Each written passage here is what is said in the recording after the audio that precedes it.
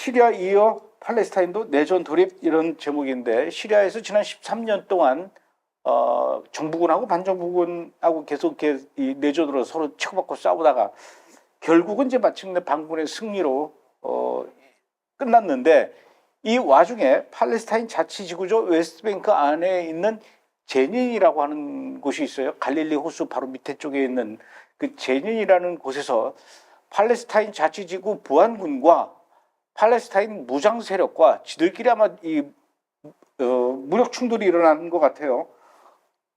이렇게 되면 이 시리아 내전에 이어서 팔레스타인도 내전의 어떤 기미가 보이는 겁니까?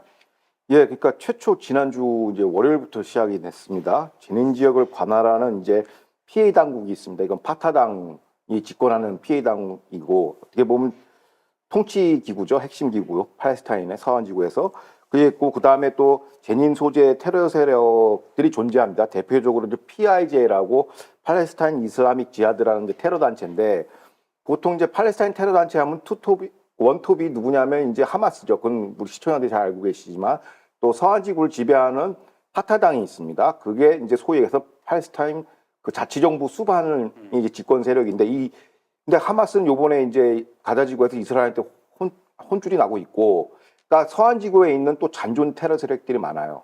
근데 피해 당국과 이 잔존 테러 세력들의 충돌이 있었어요. 그래서 지난 월요일 날 제닌 지역에서 피해 잔존 세력들, PIJ 테러리스트들이 이제 차량 폭파 테러를 한 다음부터 이제 충돌이 격화된 겁니다. 그래서 지금 일주일이 지난 시점에서 어떤 일이 있었냐면, 테러범들 그 총격에 크로스와이어에 이제 누가 이스라엘 버스에 탑승한 어린아이가 숨지고 12살짜리 어린아이가 숨지고 총 4명이 다쳤습니다. 그리고 양측 충돌로 이스라엘 국민뿐만 아니라 팔레스타인 민간인들도 피해가 지금 급증하고 있어요. 그래서 피해 보안 당국은 성명을 통해서 팔레스타인 지도부와 소원한 무장 세력의 거점인 난민 수용소 주변인 제니를 얘기하는 것이죠. 그래서 법과 질서를 회복하기 위해서 치안 작전을 전개하고 있다라고 지금 발표하고 있습니다. 그래서 본격적으로 피해 당국과 테러 세력들을 팔레스타인 계열 테러 세력끼리 이제 정면 충돌하는 양상입니다. 내전이라고 볼 수 있죠.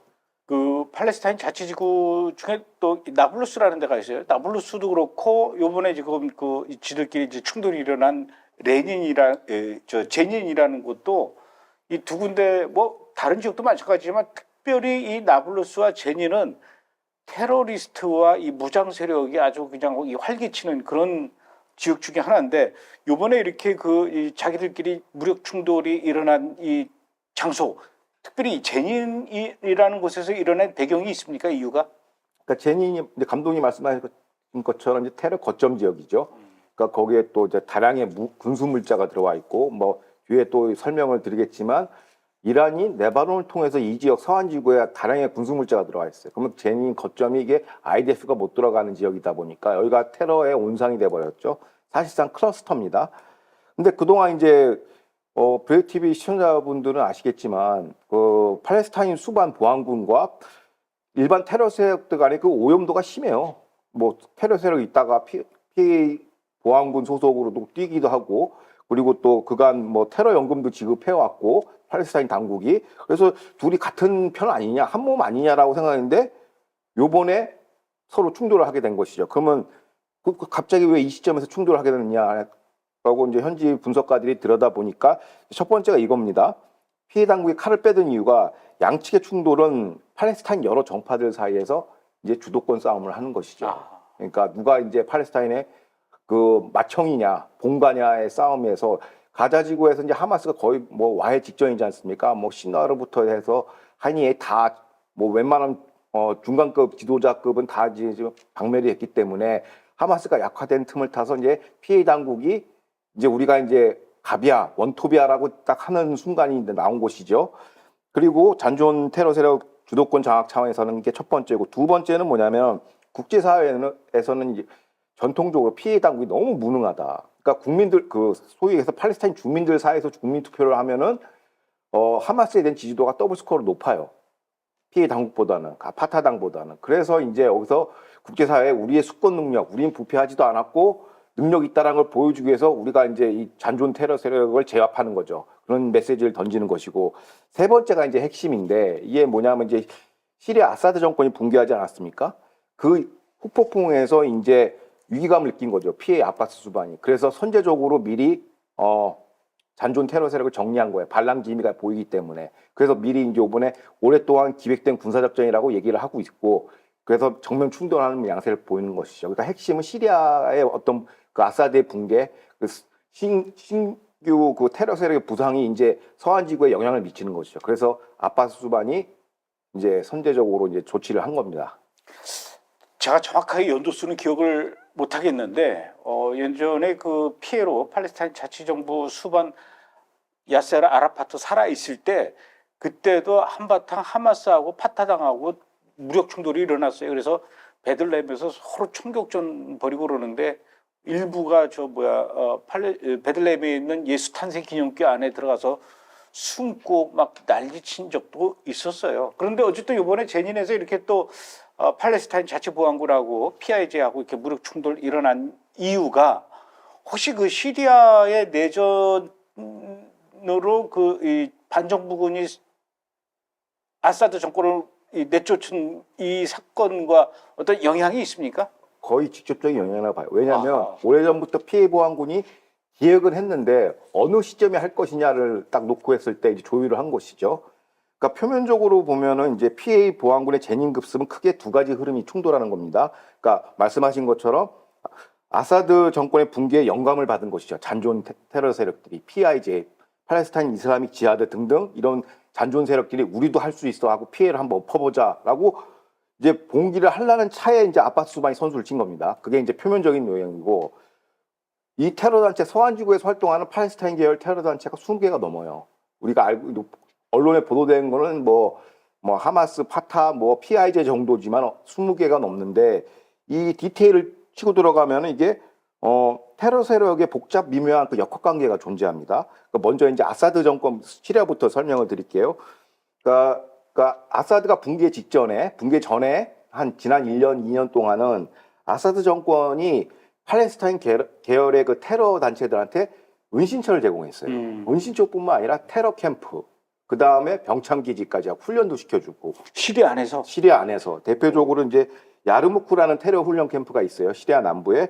그 실제로 그래서 대표적으로 아까 계속 나오는 이제 PIJ, 팔레스타인 이슬라믹 지하드 테러 단체, 그 다음에 P자로 시작하는 테러 단체가 무지하게 많아요. 근데 대표적으로 한 3개가 꼽으면 팔레스타인 인민해방본부, 그래서 PFLP, GC, PPSF, 다 P자로 시작하는 테러 단체인데 이들에 대한 이제 병참 테러 기지를 운영한 거예요. 사실상 그 영상을 보면 미국 특수부대들이 그 총기 훈련하는 그 훈련 이상의 이제 고강도 훈련을 시켜요, 이 지역에서.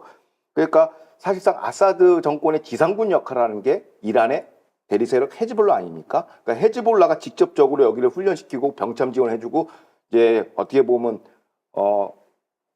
저 미국의 특수부대 그 그린벨의 역할을 하고 있는 거다. 군수 참모진이 와가지고 훈련 다 교육시켜주고 전술 훈련 교육시켜주고 무기 제공하고 이런 캠프를 운영하고 있었어요. 그리고 요번에 이스라엘하고 저기 헤즈볼라하고 전면전 북한테 붙였지 않습니까? 이 전선에 이 용사들이란다. 이 테러리스트, P로 시작되는 테러 단체들이 같이 참전을 했어요.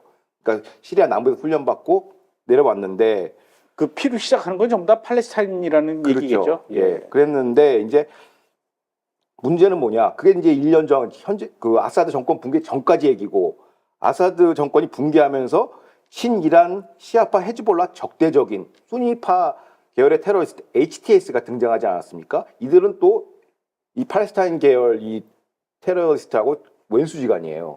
그래서 요번에 HTS가 등극하자마자 그 아까 얘기했던 그 야르무크에 있는 테러 훈련 캠프를 폐쇄해버렸어요. 바로. 그거 다 쫓아버린 것이죠.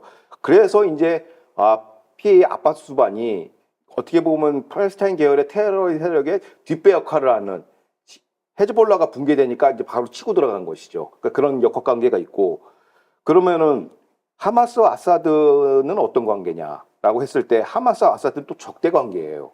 그 기존 아사드 정권이랑 하마스는 적대 관계인데 왜 그러냐면 지난 2011년도에 이제 시리아 내전 당시에 아사드가 그 수니파 무슬림한테 공습을 했어요. 맹폭을 했어요. 그래서 하마스하고 이것도 팔레스타인 테러리스트 단체이지만 그 아사드 정권하고 거의 대척점에 있었죠. 그래서 굉장히 사이가 안 좋았습니다. 그 자국민들에게 폭격했다는 이유로 시리아 내전 당시에. 그래서 헤즈볼라가 중간에 이렇게 중재를 쓰려고 했어요. 우리 사이좋게 좀 지내자. 우리 같이 테러 해가지고 이스라엘 방매를 해야 되는데 하면서 중재를 헤즈볼라가 섰는데 헤즈볼라가 이제 망했으니까 HTS하고 하마스하고 연대 가능성이 지금 부상되고 있어요. 물론 지금 하마스는 거의 와해 직전이긴 하지만은 적의 적은 친구라고 HTS하고 하마스하고 연대 가능성이 지금 새로운 안보 이슈거든요. 이스라엘 내에서는. 그래서 결론적으로 PA의 아바스는 PIJ 급습은 1차적으로 그 팔레스타인 계열 잔존 그 좀 약간 세컨 티어라고 할게요. 그냥 마이너리그 테러리스트들의 후원자인 시리아가 붕괴되니까 이제 제거를 한 것이고 2차적으로는 잠재적으로 지금은 물론 거의 와해 직전이지만 HTS하고 하마스하고 이제 그 연맹 관계를 만든 걸 차단한 효과가 있는 것이죠. 그래서 이런 복잡한 또 내부 테러 정파들의 합종 연행이 있습니다. 그러면 지금 그 이렇게 팔레스타인 안에서 자기들끼리 합종 연행으로 치고받고 싸우고 특히 이번에 이제 그 자치보안군하고 그다음에 이제 PIJ하고 서로 그 무력 충돌 일어나고 이런 과정들을 분명히 미국도 봤을 것 같아요. 미국이나 이스라엘은 지금 어떤 입장을 취하고 있습니까? 그러니까 미 국무부 같은 경우는 이스라엘 정부 측에 피해 당국에 무기를 우선적으로 공급해달라고 지금 요청을 했어요. 그 무슨 얘기냐면 앞서 언급했듯이 이란이 요르단 국경을 통해서 엄청난 이제 불법 무기들이 들어왔어요. 심지어 서한지구나 특히 제닌 아까 말씀하신 그 여러 테러 그 은신처에는 불법 총기가 40만 정이 넘어요. 와우. 그 다음에 각종 중화기, 폭탄, 뭐 RPG 이런 것들이 그게 엄청나게 밀반입돼 있거든요. 그래서 군수 보급, 군사력 차원으로 보자면 피해 보안금보다 그 잔존 테러 세력들의 무장력이 훨씬 높아요. 그래서 이 균형을 맞춰주기 위해서 미국은 이스라엘의 피해 당국에 이제 무기를 지원을 하라라고 이제 요청을 했는데 문제는 미 바이든 국무부가 이스라엘에 최근 선적 지원한 그 해제한 군수품이 있어요. 그 탄약, 방탄모, 방탄조끼, 통신 장비, 야간 투시경, 폭탄 해체 장비, 장갑차 등을 이스라엘의 이제 칠면 전쟁 때문에 이제 지원하기로 했는데 그거를 계속 선적 지원을 해왔단 말이에요. 그러다가 최근에 이걸 해제를 했어요. 대선 그 트럼프 승리가 맞물려가지고 그걸 해제를 했는데 요거를 이스라엘이 이제 자기 칠면 전쟁에 써야 되는데 이거를 잠깐 보류하고 팔레스타인 보안군한테 우선 지급하라라고 얘기를 한 것이죠. 그래서 이제 이거에 대해서 이제 이스라엘 국내에서 설왕설래가 많습니다. 아니 우리가 쓸 무기를 왜 팔레스타인한테 지원을 해주냐 하면서 이제 문제가 발생했는데 지금 미국 입장은 붕괴 직전에 있는 팔레스타인 수반 아바스와 그 정치 세력을 보호해 주려고 끝까지 노력을 하고 있는 거예요. 마치 아사드를 끝까지 보호해 주려고 미국이 노력하듯이 피해 수반을 끝까지 세우려고 노력하는 형국. 이거 이제 이스라엘은 여기 대해서 굉장히 좀 부정적인 기류가 많습니다. 뭐 그동안 이국가 해법을 계속 주장해 왔던 미국 조 바이든 행정부 입장에서는 그 팔레스타인을 자치정부로 보호하고 싶어서 그러는 것은 뭐 그렇다 치지만 이스라엘은 그동안 사실은 그 7개의 전쟁을 동시에 치르고 있다 이런 식으로 얘기를 했거든요.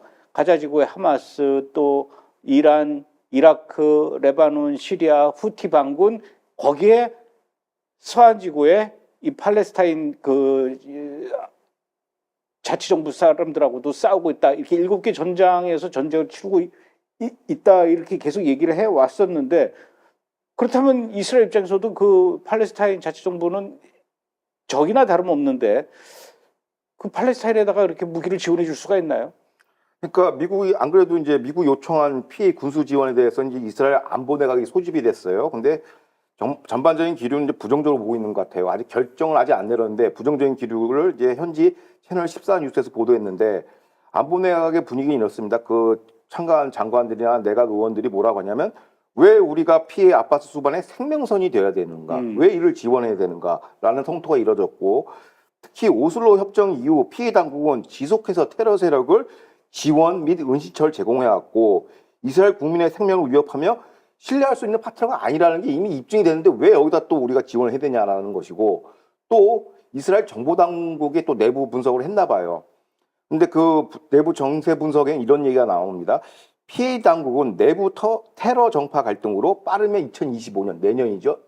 2025년 안에 붕괴될 것이다 라는 내부 진단이 있었어요. 그리고 피해 아파스 수반이 또 고령이에요. 엄청나게 나이 많기 때문에 이 사람을 믿고 뭐 유의미한 수권 행태가 나올 수는 없다. 팔레스타인을 안정적으로 지휘할 수 없다라는 파트너로서 없다라는 그 두 가지가 피해 당국을 지원하는데 주저하게 되는 것이죠.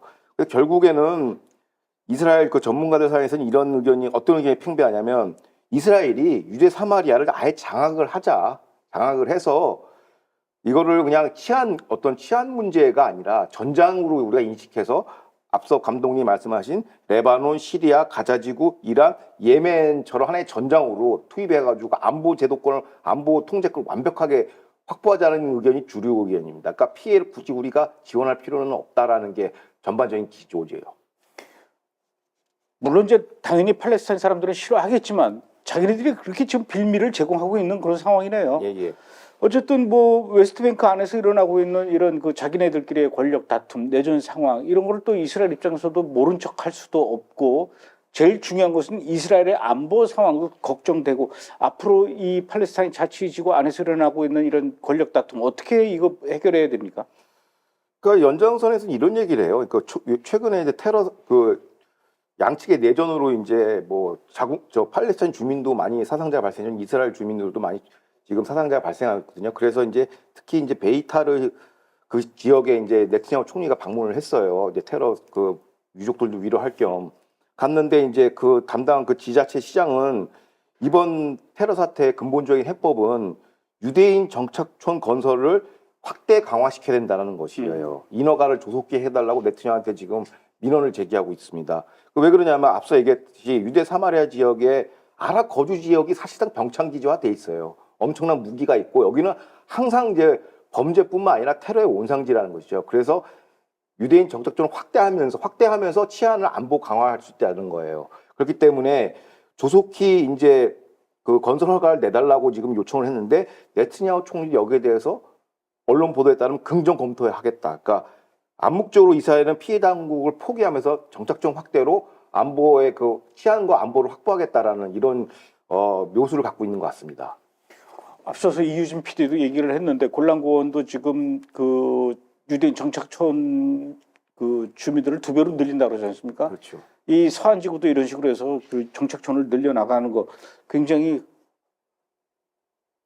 앞으로 또 도널드 트럼프도 이제 대통령 되면은 적극적으로 지원 받아가면서 이 승인이라 그래야 됩니까? 지지하에 이런 일들이 많이 일어날 것 같네요. 앞으로 한 4, 5년 동안 굉장히 또 많은 변화가 일어날 것 같아요. 그러니까 본질적으로 이제 지난주에도 다뤘지만 그 사이크스 피코 협정 체계가 붕괴되면서 중동 지도가 다 바뀌고 있거든요. 이참에 제대로 전략적 상상력을 동원해가지고 안보 이슈를 다 이제 해소를 해야 돼요. 특히 또 트럼프 행정부라는 또 훌륭한 파트너가 있기 때문에 여기서 이제 앞으로 한 100일이 중요할 것 같아요. 어떤 이제 방향성을 갖고 움직이는지. 그래서 중동에 있던 현안 안보 이슈를 이게 뭐 팔레스타인 가자 문제, 뭐 각 중동에서 문제는 피코 사이클 트리의 어떻게 부산물이거든요. 이제 그게 이제 이스라엘이 안보로 완전 그 헤즈볼라를 제거함으로써 이제 새로운 이제 공간과 환경이 창출됐단 말이에요. 그래서 이 기회를 놓치지 않으면 안 되는 이제 상황이 된 것이죠.